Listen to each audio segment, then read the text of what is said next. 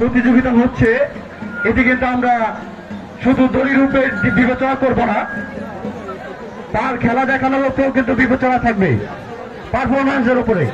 এর জন্য শুধু দড়ি নিয়েই কিন্তু আপনারা কিন্তু এটি নিয়ে কোনো বিতর্ক করবেন না। কমিটির সিদ্ধান্ত চূড়ান্ত বলে গণ্য হবে। ধন্যবাদ সকলকে। স্কুলের ছাদে এবং মাঠের উত্তর পাশের ছাদে আপনারা যারা অবস্থান করছেন, দয়া করে কেউ দুর্ঘটনার শিকার হবেন না। আমাদের মাঝে উপস্থিত হয়েছেন দোহার থানা স্বেচ্ছাসেবক দলের যুগ্ম আহ্বায়ক রমজান খান, তাকে তার আসন গ্রহণ করার জন্য উপস্থিত। স্টেজের বাইরে যারা দাঁড়িয়ে আছেন, স্টেজের বাইরে যারা দাঁড়িয়ে আছেন সরে যেতে হবে। স্টেজের বাইরে যারা দাঁড়িয়ে আছেন সরে যেতে হবে।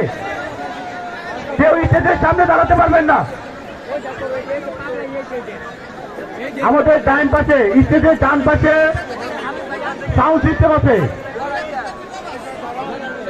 সাউন্ড সিস্টেমের পিছনে যে আপনারা দাঁড়ান, এর সামনে কেউ দাঁড়াতে পারবেন না। আমাদের যারা কমিটির সদস্যরা আছেন তাদের সিদ্ধান্ত অনুযায়ী সমস্ত হবে। ধন্যবাদ সকলকে। মাঠের ভিতরে অনেক গরু কিন্তু ঘোরাফেরা করছে, অনেক গরু ঘোরাফেরা করছে। সবাই সাবধানে থাকবেন এবং স্লিপ ছাড়া কোনো, আমাদের নির্দিষ্ট স্লিপ ছাড়া কোনো কাঠি জমানো হবে না। আগরতলারই গরু কিন্তু মাঠের ভিতর দিয়ে ঘোরানো হচ্ছে। সবাই সাবধান। ইতিমধ্যে কিন্তু হাতের দিকে কাঠি টেনে আসছে, মাঠের বাইরে চলে গেছেন গোলটি। কোন দর্শক কিন্তু ধরে রাখতে পারছেন না আগরতলারই গরুটাকে।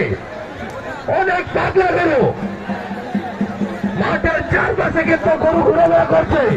আপনারা সাবধানে থাকবেন। মাঠের চারপাশে কিন্তু গরু ঘোরাফেরা করছে।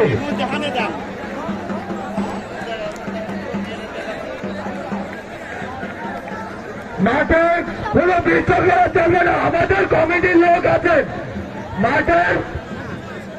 মাঠে কোনো যদি বিশৃঙ্খলা চলে, আমাদের প্রশাসন এবং কমিটির লোক আছে, নগদ অ্যাকশন নেওয়া হবে।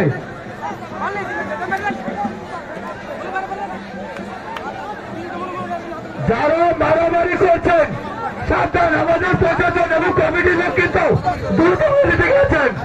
আপনাদের কিন্তু বেতন দিতে হবে।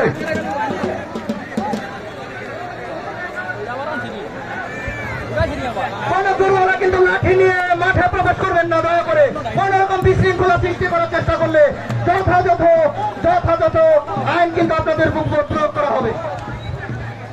আচ্ছা, পুনের পাশে বড় মারামারি লাগছে, আমি আইন শৃঙ্খলা